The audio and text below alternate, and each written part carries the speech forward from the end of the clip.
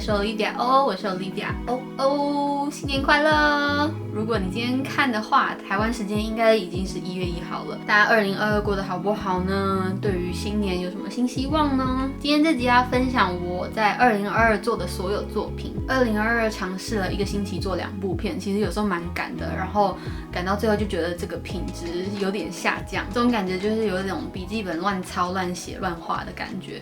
所以新年新希望对我来说是希望这个频道的影片输出可以更有质感、更有品质，然后可以带给大家更多更有质感的内容。观众在问说是不是有机会做直播，我想说如果有机会的话，我也不排斥。在回顾2022的所有作品之前，如果你已经看了几部片，但是忘记要订阅的话，现在赶快把这个频道订阅起来。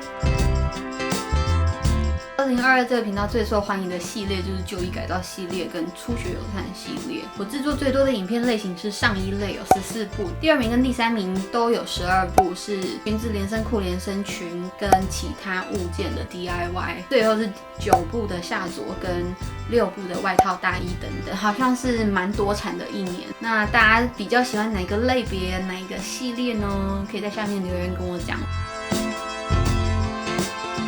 我自己最满意的作品是这一件就是可能摩羯座吧，就是觉得要很实际、很实用，就是只要穿出门就会有好心情，然后当别人问起的时候，你就会说，这件是我做的，然后就有一种莫名的成就感。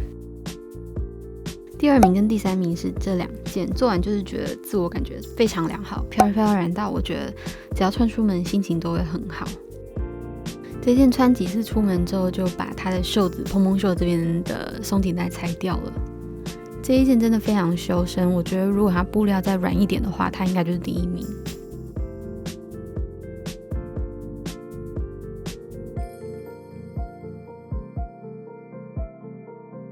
然后第4名是这一件是观众点播的。之前我其实已经做过1次牛仔外套，所以这次被点播的时候还蛮惊讶。然后我想说，真的也没有想说一个题材可以做2次以上，感觉好像又比第1件做起来还要再利落点、更帅的感觉。第5名是这一件，我其实有点 debate 是不是要放另外1件进来，可是后来选择了这一件。这件就是结果出乎意料的好，然后从中也学到了很多很多的技巧跟手法。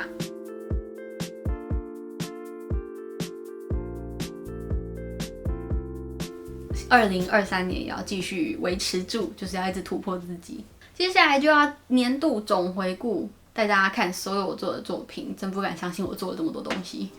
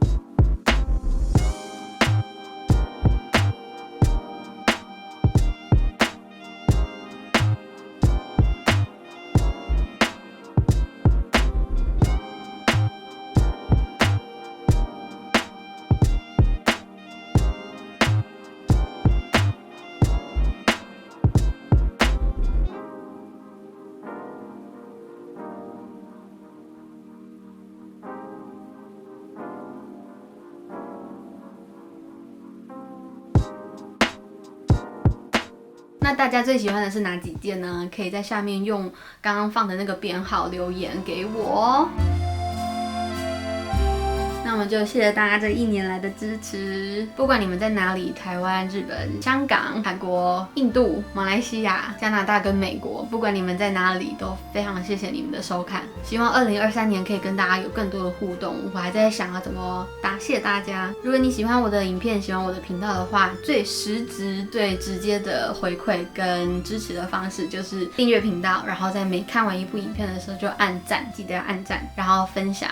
给你觉得会有兴趣的朋友。那今天这集就到这里咯，谢谢大家收看，我们2023年继续一起学缝纫，继续一起努力。那我们下次见咯，拜拜。